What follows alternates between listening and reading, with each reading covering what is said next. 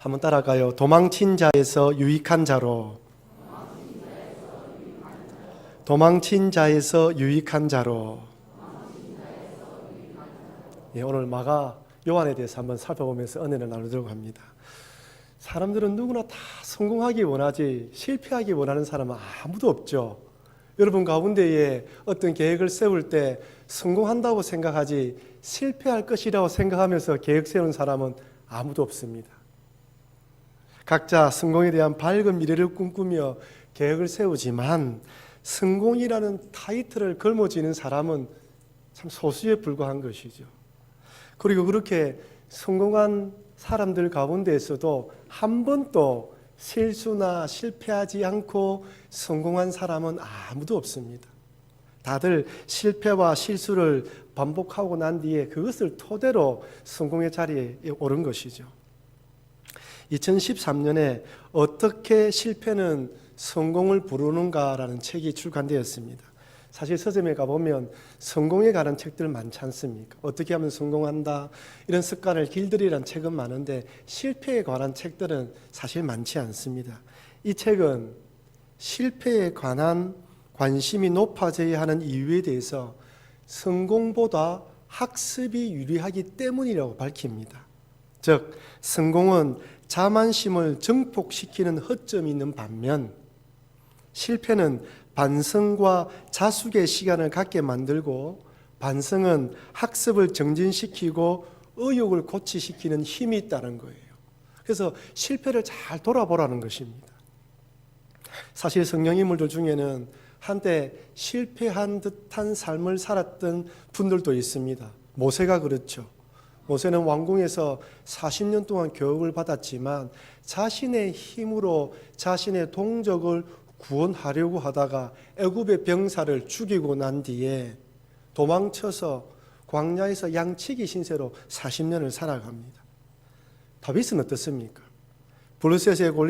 블레셋의 골리앗을 물맷돌 하나로 참 물리치고 하루아침에 이스라엘의 영으로 등극했지만 사울 왕의 질투심으로 몇 년 동안요? 10년 동안 쫓겨다닙니다. 골리앗을 물리친 영웅에서 하루아침에 왕권을 찬탈하려는 역적으로 몰린 것이죠. 오늘 우리가 살펴볼 마가복음을 기록한 마가 요한도 사실 실수와 실패를 거듭한 인물이라 할 수 있습니다. 많은 분들이 요한복음을 기록한 사도 요한과 마가복음을 기록한 마가 요한과 헷갈려 하는데 오늘 본문의 내용은 마가복음을 기록한 마가의 내용입니다. 사도 요한은 요한복음을 기록하였고 또한 요한 1, 2, 3서 요한계시록을 기록했죠. 예수님이 십자가에 돌아가실 때 가장 가까이 있었던 제자가 바로 사도 요한이었습니다. 사도 요한에게 예수님이 어떤 부탁을 하죠? 어머니 마리아를 내 어머니처럼 섬기라라고 부탁하여서 그 어머니를 섬겼던 분이 바로 사도 요한입니다. 그럼 여러분 마가 요한과 사도 요한을 헷갈려 하면 안 됩니다. 대답이 없습니까? 예, 지난주에 말씀드렸다시피 마가 요한은 마가라는 로마식 이름과 히브리식 이름인 요한이 합쳐진 이름이에요. 마가의 어머니는 마리아로서 예루살렘 출신이라고 사도행전 12장은 기록하고 있습니다. 사도행전 12장 12절입니다.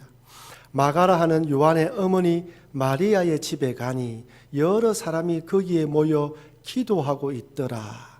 성경에 마가의 다락방이 있죠. 그 마가가 이 마가입니다. 마가복음을 기록한 마가 요한의 집이 바로 마가의 다락방이라는 것이죠. 이 마가의 다락방은 제자들이나 그 당시 성도들에게 마치 교회처럼 집회 장소로 사용되었을 뿐만 아니라 예수님께서 마지막 성만찬을 행했던 곳도 이곳입니다. 그리고 사도행전 2장에 오순절날 성령이 강림한 곳도 바로 이곳입니다. 마가의 다락방은 예수님 제자뿐만 아니라 예수님이 성천하시고 난 뒤에 사람들이 모였던 것이죠. 그러니 부유한 집안에 태어난 이 마가는 신앙 좋은 어머니 옆에서 예수님의 제자가 아니었지만 가까이서 예수님을 모시고 예수님의 말씀을 들었던 인물 중에 한 명이라는 것이에요. 이런 그가 자신의 첫 번째 실패의 모습을 기록하고 있습니다. 오늘 본문의 말씀을 보면 아마 예수님과 제자들이 이 마가의 집에서 성만찬을 행하고 난 뒤에 감난원으로 기도하시러 올라가셨나 봅니다. 이때 마가 요한도 같이 이 제자들과 함께 올라갔나 봅니다. 예수님께서 베드로와 야고보와 요한을 데리고 겟세마네 동산에서 참 이게 피가 나올 만큼 간절히 기도하시고 난 뒤 그렇게 기도할 때 다른 제자들과 함께 마가 요한도 같이 머물면서 잠을 자고 있었던 것이죠. 예수님께서 기도하시고 난 뒤에 제자들이 있는 곳으로 오자마자 그때 예수님을 팔기로 했던 가룟 유다가 군병들을 데리고 예수님을 잡으러 왔습니다.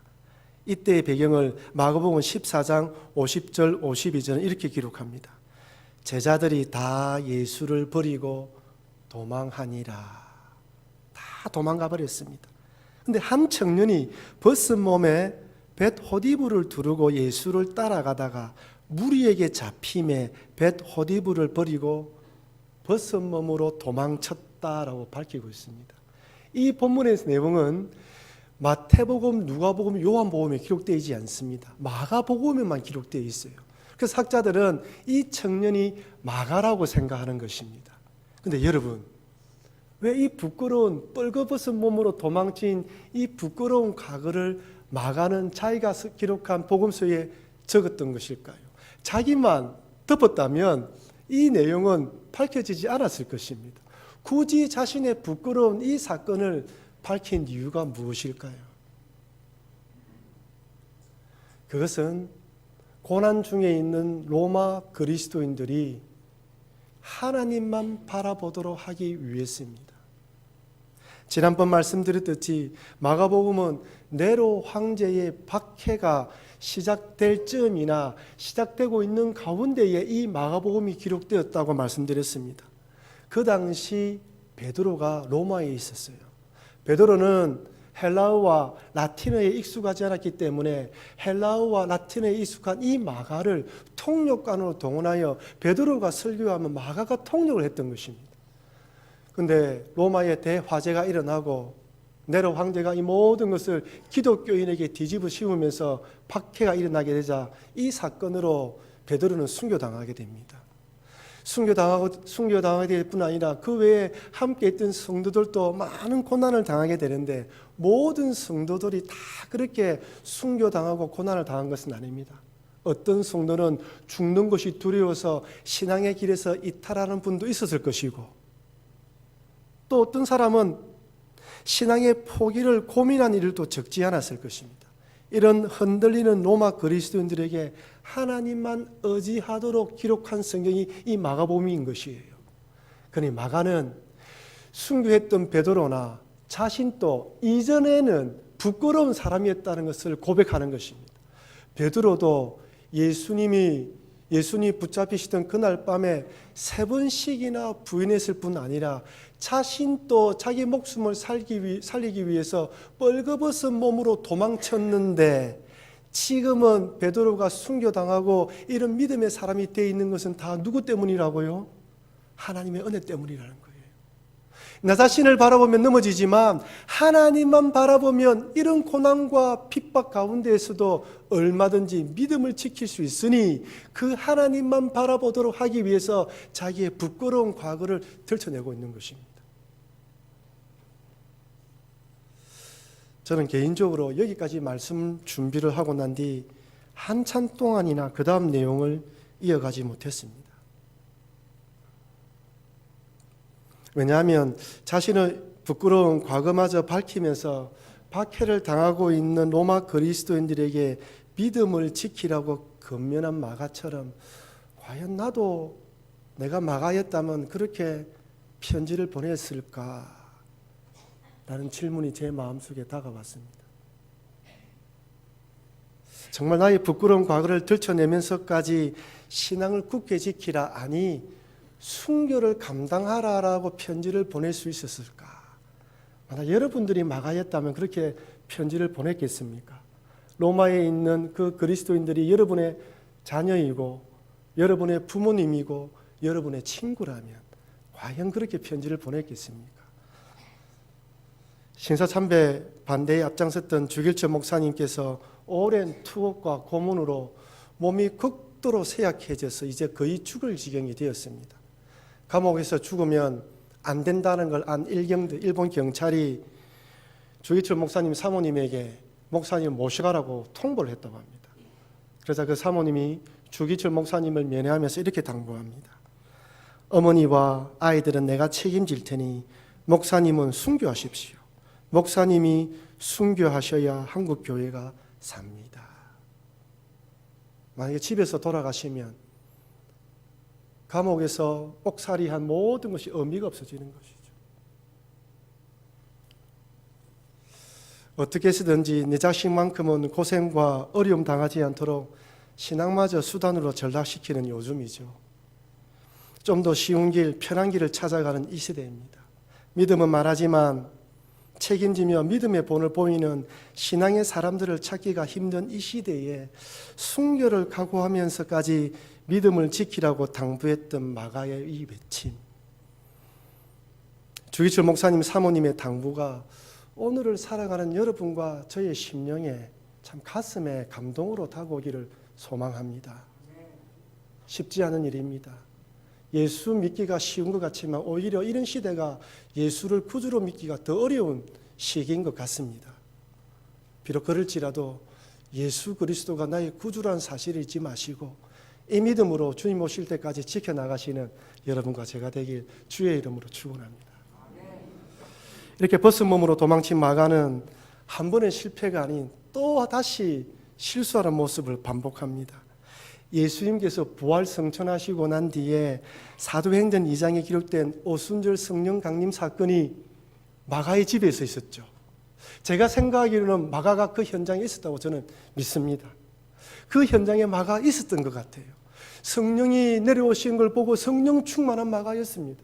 여러분, 마가의 삼촌이 누군지 아십니까? 바로 바나바예요. 바나바가 사도 바울과 함께 안디옥에서 1차 선교 여행을 떠날 때 마가에 대한 소식을 듣고 이 성령 충만한 마가도 자신의 수행으로 동행해서 같이 출발하지 않습니까?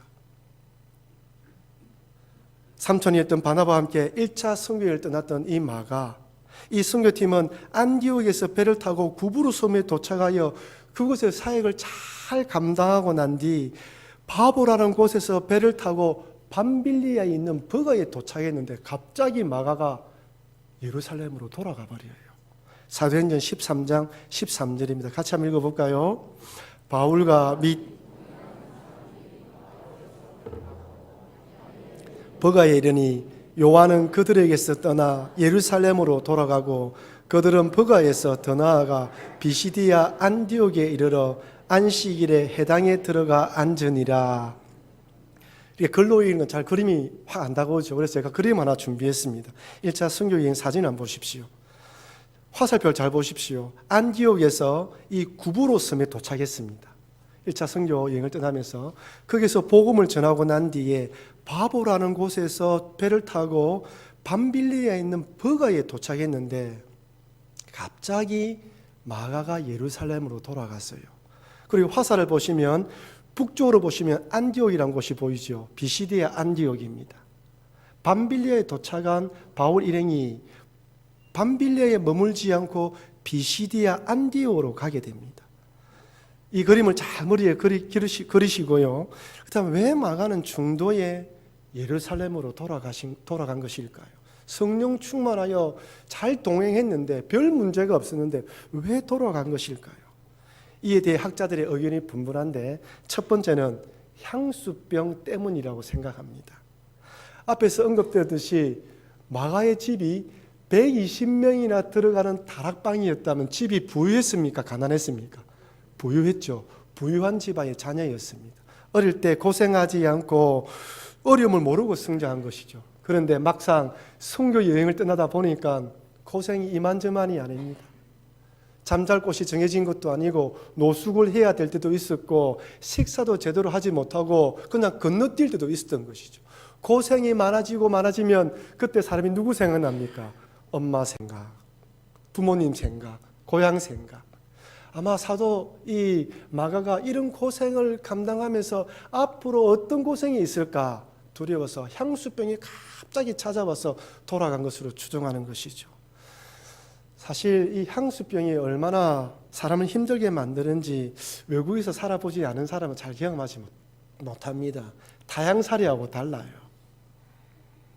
특히 한국 사람들이 거의 없는 지역에 사역하시는 우리 선교사님들은 그 현지에 적응하기 위해서 또한 노력을 해야 되지만 이 고향에 대한 그리움, 이 같은 동족 사람들과 교제하고 싶은 이 그리움을 이겨내야 됩니다. 외국에 살고 있는 교민들도 마찬가지죠. 그들도 늘 마음 한구석에는 고향에 대해서 늘 그리워합니다.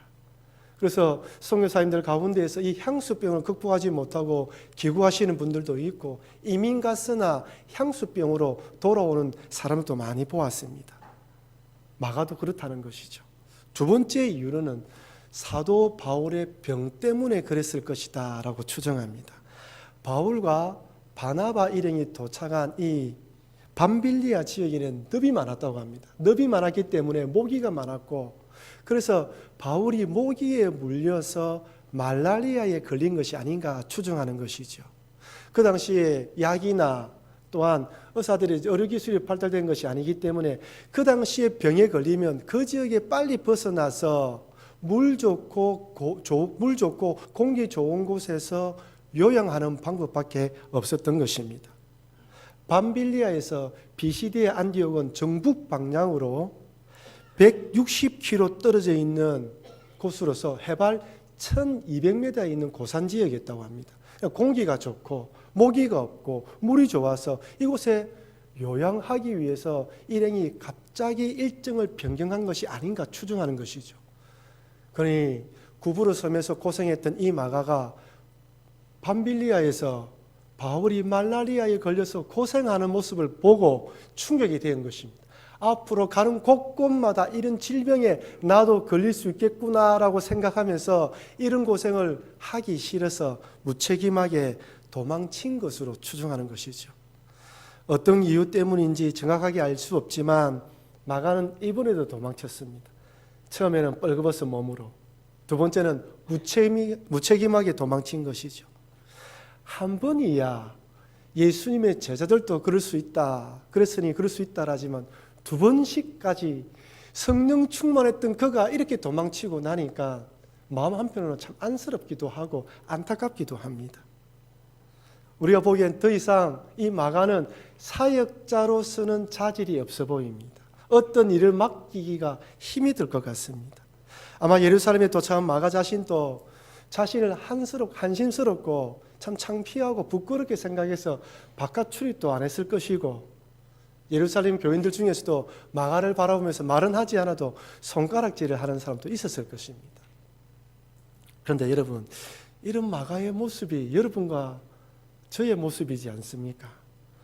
큰 은혜와 감동으로 성령 충만하여 사역 한복판에 뛰어들었는데 막상 그 사역을 하다 보면 고생과 수고 또한 이런저런 이야기를 듣기도 하고 오해를 받으면서 마음의 상처를 입기도 합니다.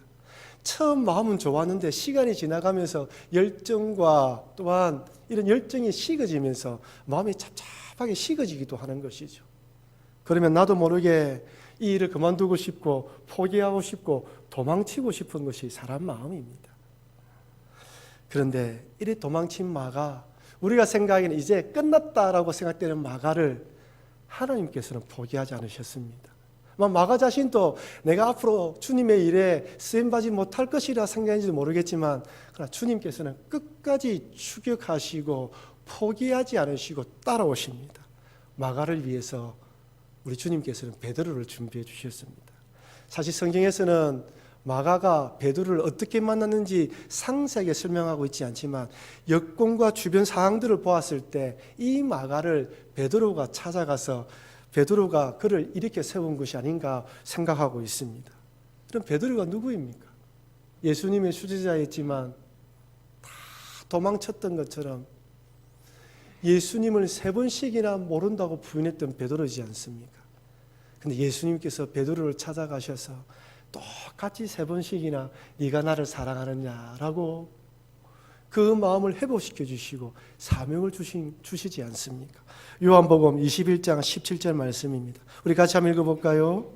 3번째 이르시되 요한의 아들 시몬아 내가 나를 사랑하느냐 하시니 주께서 3번째 내가 나를 사랑하느냐 하심으로 베드로가 근심하여 이르되 주님 모든 것을 아시오매 내가 주님을 사랑하는 줄을 주님께서 아시나이다. 예수께서 이르시되 내 양을 먹이라. 이후로 베드로는 충성되게 사명을 잘 감당했습니다. 이런 실패와 실수 그 가운데 주님으로 회복을 경험했던 베드로였기 때문에 마가의 마음을 잘 알았던 것이죠. 마가에게는 기다림이 필요하고 좀 더 성숙해질 시간이 요구된다는 것을 알았던 것입니다. 우리는 이 베드로와 마가의 만남을 통하여 2가지 귀한 영적 교훈을 얻게 됩니다. 첫 번째는 사람마다 신앙이 성장하고 성숙해지는 시간이 다르다는 것입니다. 각 사람이 살아온 환경과 삶의 정황에 따라 베드로는 한 번 실패한 것만으로도 일어설 수 있었지만 마가 같은 사람은 2번 이런 실패하면서 일어나는 시간이 필요했던 것이죠. 어떤 사람에게는 단시간 만에 또 어떤 사람에게는 긴 시간이 요구되기도 합니다. 아마 여러분과 저는 몇 번 더 필요한 것 같습니다. 아니 지금까지 살아오시면서 몇 번 넘어지시고 실패하시고 이런 일들을 반복하셨습니까? 5번, 10번 아니 앞으로도 우리는 또 실수할지도 모르겠습니다. 실패할지도 모르겠습니다. 근데 중요한 것은 하나님께서는 우리를 아신다는 것이죠. 그러니 여러분 신앙생활 하다가 마가처럼 실수와 실패로 좌절과 절망이 찾아올 때 나를 바라보지 마시고 나는 이것밖에 되지 않아라고 생각하지 마시고 이것밖에 되지 않지만 그럼에도 불구하고 나를 찾아오셔서 일으켜 주시는 그 하나님, 그 하나님을 바라보시는 여러분과 제가 되길 바랍니다. 마가가 자기의 벌거벗은 모습을 기록한 이유가 그거예요. 나도 너희들과 똑같은 사람이었다는 것입니다. 주님의 은혜를 바라보면서 이겨나가자는 것이죠. 2번째로 이런 부족하고 연약한 우리들을 하나님께서 아시고 베드로와 같은 믿음의 사람들을 붙여주신다는 것입니다. 사실 돌이켜보면 여러분과 제가 이 자리에 있기까지 참 믿음으로 기도하셨던 부모님이 계셨고 여러분들을 가르쳤던 분반 선생님들, 교육자들, 선후배들, 친구들이 있었기 때문입니다. 우리는 결코 혼자 신앙생활을 할 수 없습니다. 지금까지 온 것도 그분들의 도움이었고 앞으로 나아가면서 이 믿음 생활할 때 동일하게 믿음의 동지들이 있어야 이 어려움들을 이겨나갈 수 있는 것이죠. 그러니 마가에게 베드로가 있었던 것처럼 우리 모두 서로가 서로에게 이렇게 위로하고 도와주는 위로의 사람들이 되시길 바랍니다. 믿음의 길, 신앙의 길은 결코 혼자서 걸어갈 수 없음을 잊지 마시고 서로의 연약함과 부족함을 채워주시는 그런 복된 그리스도의 삶을 살아가시는 여러분과 제가 되길 주의 이름으로 축원합니다. 옆에 계시면 손을 꼭 잡아주십시오. 믿음의 사람으로 도와주겠습니다. 서로 돕고 삽시다. 기도하겠습니다. 여러분 우리는 다 믿음의 동지입니다. 믿음의 동지로 살아가야 되는데 마가에게 베드로가 있었던 것처럼 그런 믿음으로 살아가시길 바랍니다. 이렇게 베드로를 만나 성장하고 성숙해진 마가가 이제 박해와 핍박 중에 있는 로마의 그리스도인들을 격려하는 믿음의 사람으로 변화됩니다. 아니 로마의 그리스도인들뿐 아니라 사도 바울의 사역을 도와 도움이 필요한 교회를 섬기는 신실한 믿음의 일꾼이 돼요. 골로새서 4장 10절입니다. 우리 같이 한번 읽어볼까요? 나와 함께 갇힌 아리스다고와 바나바의 생질 마가와 이 마가에 대하여 너희가 명을 받았음에 그가 이르거든 영접하라. 로마의 감옥에 갇혀있던 바울은 골로새 교회에 이 거짓 선생들이 와서 교회를 혼란스럽게 한다는 것을 듣고 파송한 사람이 누구예요? 마가 요한입니다. 마가가 베드로의 사역을 도왔을 뿐 아니라 동일하게 또한 사도 바울의 사역을 돕고 있습니다. 여러분 아시다시피 바울은 로마 감옥에 2번 갇히게 되죠. 첫 번째는 3차 선교 여행을 마치고 난 뒤에 예루살렘에 도착했는데 그때 유대인들이 바울을 잡아가려고 하니까 바울이 로마 군인들에게 네로에게 로마 황제에게 상소한다고 해서 로마로 압송되어 가택연금 상태로 인응한 몸입니다. 그때 쓴 성경이 무엇입니까? 빌립보서, 에베소서, 골로새서, 빌레몬서입니다. 그러니 그때에도 마가가 1차로 감옥에 갇혀 있을 때도 마가가 바울을 도왔단 말이에요. 그리고 난 뒤에 로마가에서 바울이 풀려납니다. 그 이후에 2차로 또 기독교 박해 때 바울이 감옥에 갇히게 되는데 그때 디모데에게 편지를 써 보낼 때 이런 내용이 포함되어 있습니다. 디모데후서 4장 7절 11절 우리 긴 말씀인데 같이 읽어보겠습니다. 나는 선한 싸움을 싸우고 나의 달려갈 길을 마치고 믿음을 지켰으니 이제 후로는 나를 위하여 의의 멸관이 예비되었으므로 주 곧 어려우신 재판장이 그날에 내게 주실 것이며 내게만 아니라 주의 나타나심을 사모하는 모든 자에게 노니라. 너는 어서 속히 내게로 오라. 데마는 이 세상을 사랑하여 나를 버리고 데살로니가로 갔고 그레스게는 갈라디아로 디도는 달마티아로 갔고 누가만 나와 함께 있느니라. 내가 올 때에 마가를 데리고 오라. 그가 나의 일에 유익하니라. 아멘. 바울이 죽음을 앞두고 마지막 편지를 썼는데 마지막 편지를 쓰면서 마가는 자기에게 유익한 자라고 밝히고 있습니다. 그런데 안타깝게도 데마에 대해서는 세상을 향하여 떠난 자라고 표현하고 있어요. 함께 동력했던 신앙의 동력자들인데 어떤 사람은 마지막 순간에 세상을 향해 떠난 사람이 있고 어떤 사람은 끝까지 남아서 유익한 사람으로 남아 있습니다. 사랑하는 성도 여러분, 저는 여러분들이 부산북교회의 유익한 성도로 남기를 주의 이름으로 축원합니다. 어떤 어려움과 어떤 상황 속에서도 서로 격려하고 도와주심으로 서로 간의 기억이 남을 때 저 사람은 나의 신앙을 붙들어 주었던 유익한 자였지. 내가 힘들 때 떠나가 버린 사람이 아니었지. 이런 고백이 우리 서로 간에 넘쳐나길 주의 이름으로 축원합니다. 사랑하는 성도 여러분, 이렇게 믿음을 지켰던 마가가 전설에 의하면 이집트로 복음을 전하러 갑니다. 이집트에 복음을 전하러 가서 AD 68년 5월 9일 날 순교하게 되는데 그날이 부활절이었다고 합니다.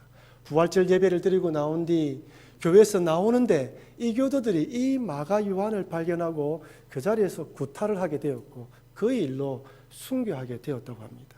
지금도 이집트의 알렉산드리아에 곳에 가면 마가의 순교 기념탑이 우뚝 세워져 있습니다. 사랑하는 성도 여러분, 2번씩이나 도망쳤던 마가 참으로 한심하고 부끄러운 사람이었지만 하나님께서는 이런 마가를 포기하지 않으시고 인도하셔서 결국 마가복음을 기록하게 만들었을 뿐 아니라 주를 위해서 순교까지 감당하는 믿음의 사람으로 세워주셨습니다. 이처럼 하나님께서는 연약하고 부족하지만 우리를 끝까지 사랑하셔서 이렇게 만들어주신다는 거 잊지 마시고 실망하고 연약한 우리 자신을 바라보지 마시고 주님을 바라보시는 여러분과 제가 되길 바랍니다. 아울러 또한 마가에게 베드로가 있었던 것처럼 우리 서로가 서로에게 이런 믿음의 좋은 동력자, 믿음의 좋은 선후배가 되고 믿음의 좋은 동지가 되어 주님 오실 때까지 아름답게 신앙을 세워나가시는 여러분과 제가 되길 주의 이름으로 축원합니다.